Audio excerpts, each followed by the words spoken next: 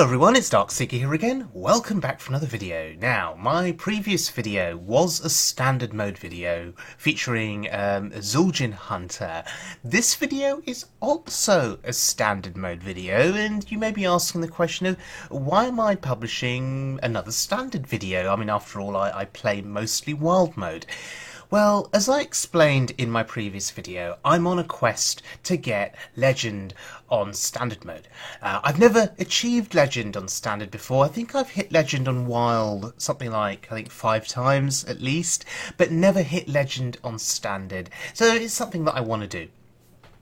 And I'm playing Beast Hunter, courtesy of a pro player called Deathstar, who I think is pretty much a Hunter expert, or exclusively a Hunter player for the most part. So if he says a deck is good, then I'm inclined to believe him and give it a try. And it's very refreshing to see a deck like this being played on the ladder at the moment, and to see it working so well. One of the things that Hunter lacked, traditionally I guess, was card draw or hand refill, and the Rastakhan expansion has kind of solved that problem. Master's Call will essentially fill your hand up with beasts. If you are playing only beasts as minions in your deck, which this deck does do, then Master's Call is a major tool for refilling your hand, and it keeps the pressure going, which is so important with this deck. Dire Frenzy is a card that I'm having a lot of fun with. You buff a beast and you put 3 copies into your deck. That's pretty insane if you can buff a Huffer to 7 attack and then draw 3 copies of it, and well, you could just win the game with that alone. And finally, before we start looking at some games, Crackling Razormaw has been one of my favourite cards in this deck because of the flexibility. Buff a beast, give it a poison effect. Buff a beast, give it Wind Fury, and as you'll see in the video, that becomes very relevant. Buff a beast, give it some health. The flexibility of Crackling Razormaw, I think, is excellent. And if you can draw an early curve, turn 1 Dire Mole into a turn 2 Crackling Razormaw, that can often give you the pressurizing start that you need to take control of the game. So we're going to have a look at 3 different games of this deck in action on the standard mode ladder. It is my journey to Legend, so I'm very proud of these games. Maybe they weren't all played entirely perfectly, but what this video proves is that this deck is capable of hitting Legend. So let's start out by looking at our first game, and we're going up against a Priest. Now, priests are a bit tricky at the moment. There are essentially Resurrect priests that are out there on the ladder. There's a little bit of Dragon Priest, but for the most part at rank 1 it's all sort of Resurrect priest. So this hand is terrible. Timberwolf is a turn 1 play potentially, but on its own it does nothing. It's just a 1/1, which just dies very easily. However, a Timberwolf combined with a Dire Mole, that does something. The Dire Mole now has 2 attack, for instance. That can often kill something in the early game. But we've got nothing to put this Timberwolf with at the moment. So it's a sad little wolf just sitting there in my hand, not doing anything very much at all.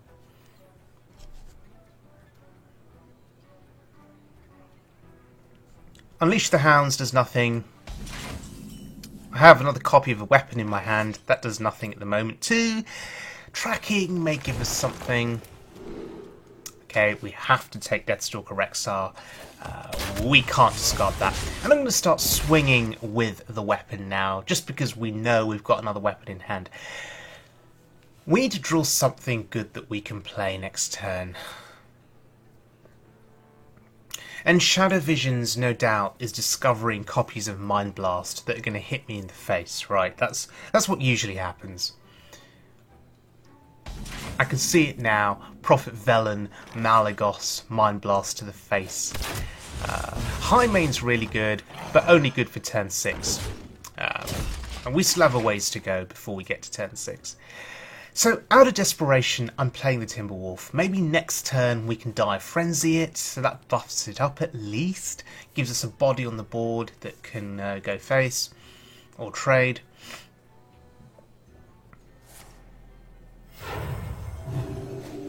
The question is, does he see this as a substantial threat? And the Holy Smite. Oh, that's what he got from Shadow Visions. The Holy Smite would suggest yes. He wants the board clear. Fair enough. And finally we get a Beetle. We get something we can play. And we're just going to swing and equip.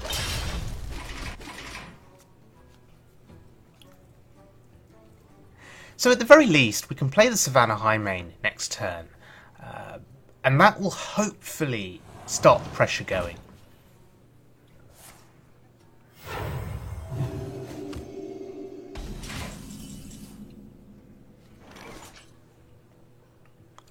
Now he knows that Radiant Elemental is going to die. He knows I'm going to kill it.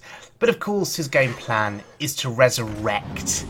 His minions. So, I chose not to go with the Highmane. I chose to go with Dire Frenzy on a Rush minion. And that's pretty good because as we start drawing through our deck, we'll be drawing into these buffed up Rush minions with 4/4 stats. I think that's decent. Now, if they had charge, it would be even better. But, we've got to make do with what we have. So in my mind, that was better than the Highmane. And that's a board clear. Mass Hysteria proving to be really, really good. So yeah, we play the Highmane, we float 1 mana.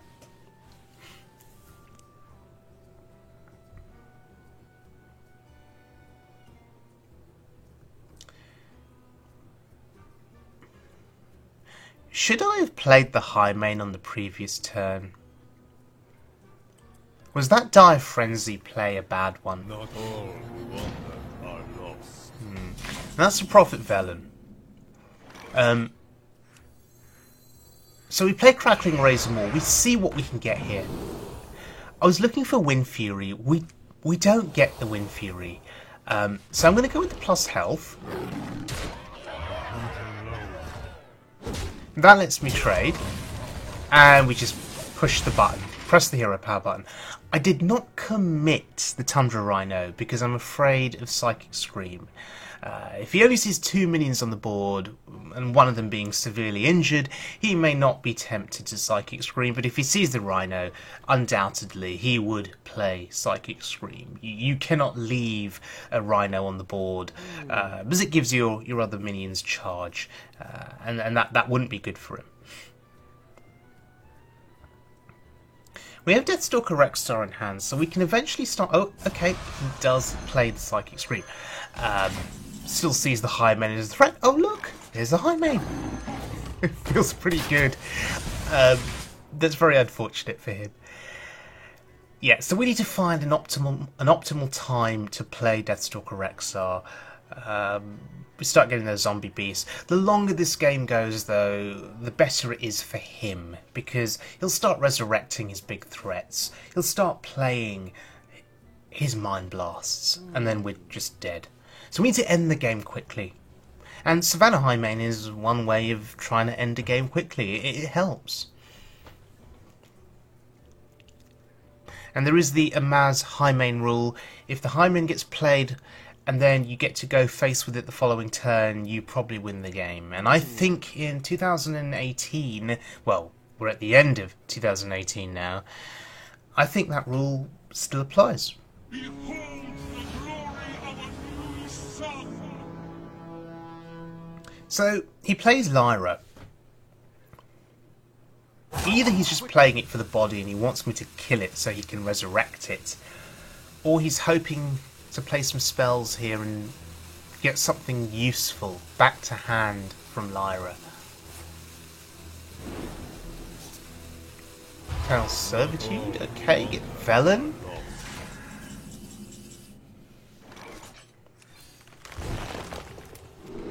And there's a Crackling Razormaw. Interesting. And I think that has to be the pick. So we can try again. And we get the Wind Fury. And that is just going all face. And actually, that's lethal. Keeping the Rhino in hand actually paid off for us in the end. Feels good.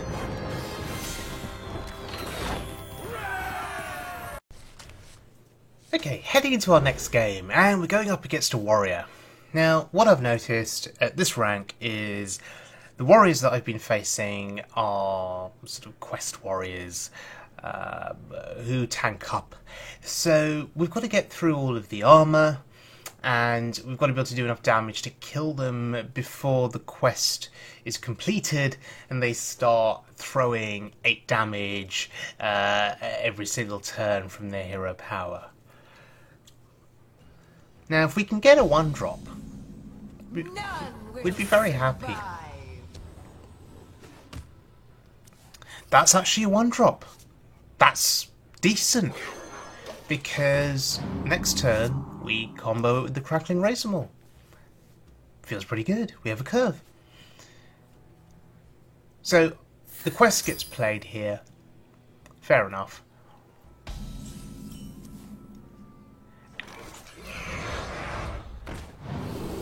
+1/+1 is decent, and we have Animal Companion on turn 3, feels really good. We have Dire Frenzy on turn 4.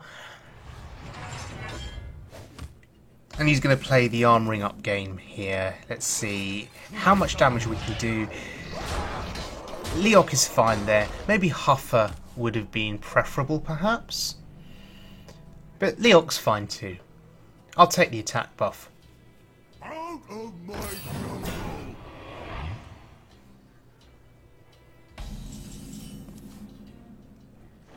Okay, so I think Dire Frenzy is the play. The question is, which minion do we buff?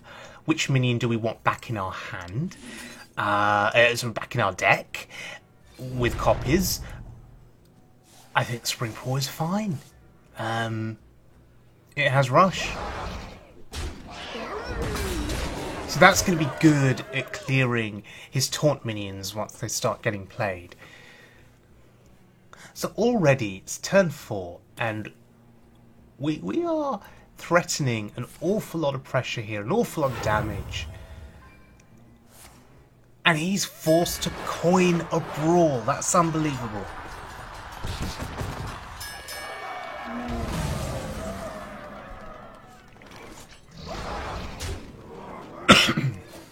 So the pressure is still coming here. I mean, we didn't do much that turn. I could have played a 1-drop. I didn't. I'd rather keep it in hand because it has Rush. So it can be comboed with Hunter's Mark. But look at his health total. He's at 16, including armor. And with Kill Command in hand, we will be closing out on lethal soon. Now, I've chosen here to play Deathstalker Rexxar rather than playing Tracking and maybe the normal Hunter Hero power. The reason being, I wanted to clear the board, and secondly, I feel that zombie beasts from Rexxar could be what we need to close out this game moving forward, perhaps.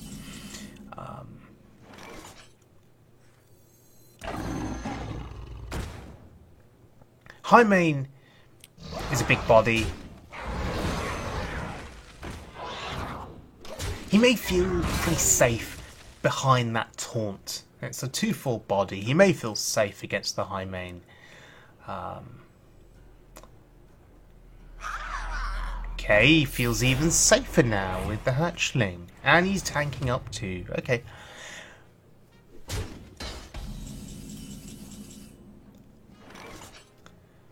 So, in terms of breaking through this board,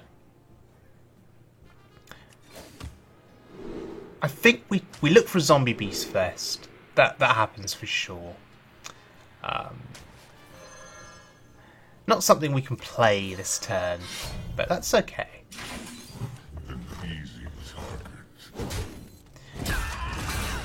I should have played the tracking first if I was going to play it at all. So maybe a bit of an ordering misplay there. Master's Call is decent.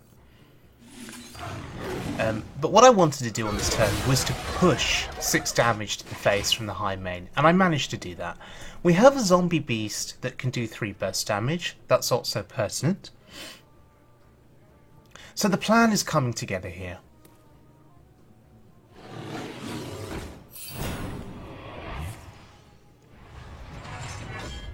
Now the taunt in the way. We can Master's Call, we see what we get here. There's a crackling Razor Maw. The question is, how do we break through this taunt?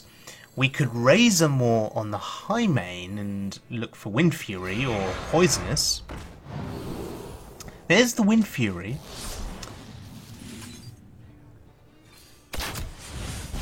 Turns out we can still push 6 to the face.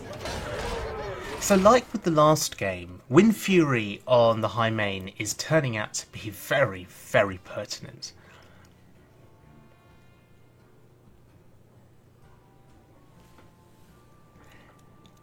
And in this position, there isn't a huge amount he can do. I mean, he could play a couple of other taunts, but really, he has to get rid of the high main.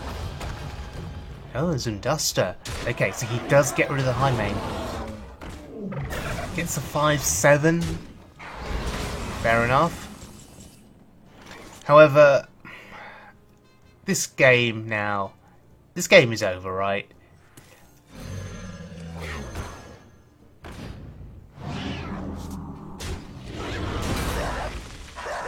So the Rhino coming into play again, like in the previous game. Getting us the win. Feels pretty good. Okay, let's look at our final game. And our final game to hit Legend, interestingly enough, is against a Legend player. So, I'm a fan of keeping Animal Companion. And I've kept the Timberwolf in the hopes that I could draw something else to go with it. Like a Daimol, for example, but no such luck. No such luck. If I discarded the Timberwolf, the chances are I'd have got something like a high main in my hand. Something unplayable. But for the time being, we're okay. We've hero powered, we've equipped a weapon, and we have Animal Companion for turn 3.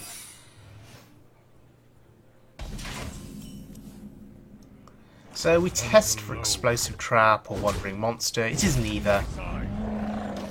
We get the Misha, which I'm okay with. It's 4 attack, 4 health, that's reasonable. I mean, Huffer would have been great, but hey, Misha's fine. So we're going up against Secrets Hunter here. And again, no Wandering Monster, no Explosive Trap. Interesting.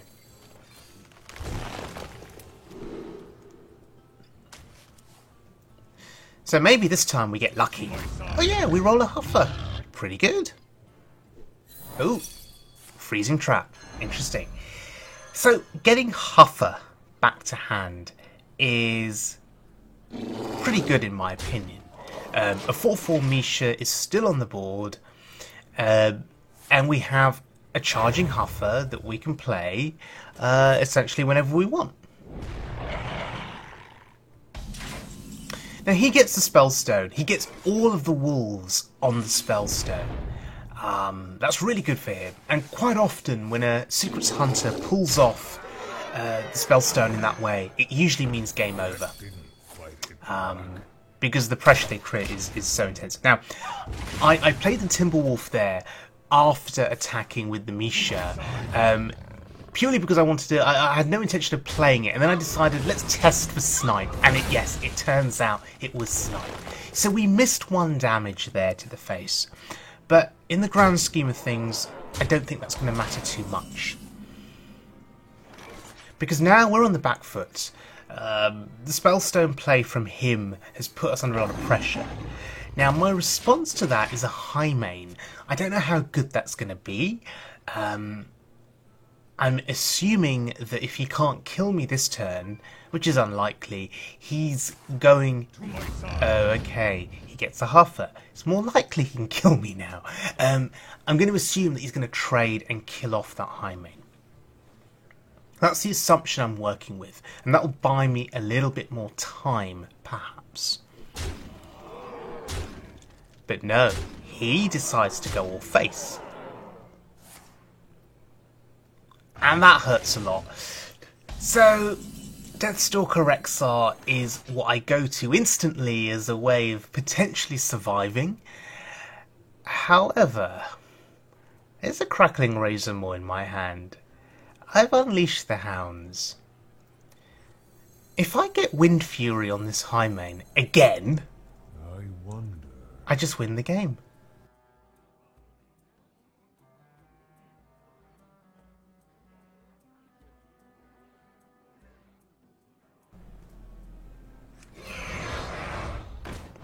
And there it is. There's the Wind Fury, and it is game over, just like that.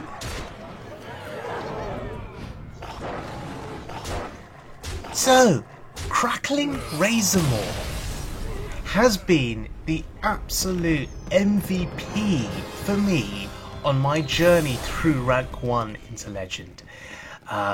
And getting Legend on Standard, that's another thing ticked off my list now, that I'm happy that I can say that I've done it, and don't need to worry about doing it again anytime soon. But anyway, what this video proves is that this deck, Beast Hunter, can be picked up by someone like me who's had no practice playing it.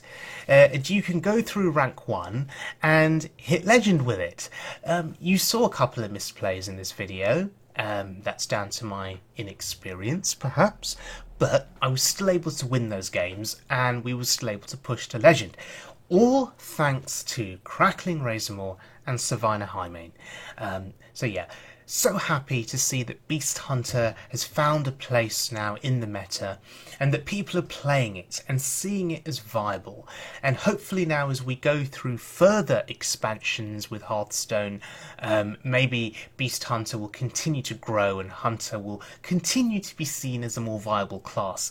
Because if you look at the latest Tempo Storm meta snapshot, or tier list I should say, Hunter dominates tier 1 at the moment. Since the nerfs to Druid, Hunter has really stepped up, and that really makes me so happy, because those of you that have been following my channel for quite some time will know that Hunter was the first class that I engaged with back in 2014 when I started playing Hearthstone. And you know, Hunter has had some good times, it's had some bad times, and for quite some time it wasn't seen as the most viable of classes if you're looking at tier 1. But now, with the nerfs to Druid, and with the likes of Master's Call, with Zul'jin, Hunter is now seen as a very competitive class to play, and that makes me especially happy. So, looking forward to the future. We're hoping that Hunter continues to find its way, continues to grow, and we'll see what happens. So thank you very much for joining me, everyone. I hope you enjoyed the video. I hope you enjoyed watching my journey to Legend on Standard. And I'll see you guys all again very soon for more Hearthstone fun, and we will probably go back to Wild Mode in the next video.